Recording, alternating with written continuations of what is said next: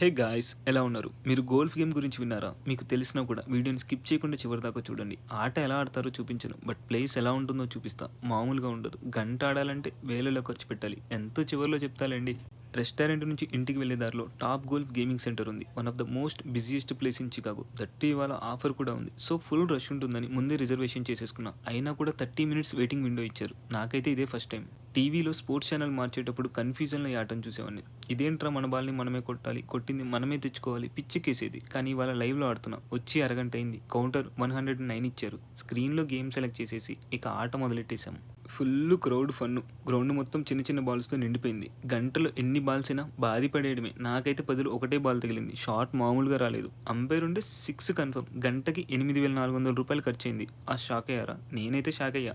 Video నచ్చితే like చేసేసి, golf game మీద మీ కామెంట్ రాసేసి కొంచెం సబ్స్క్రైబ్ కరోజీ. Thank you.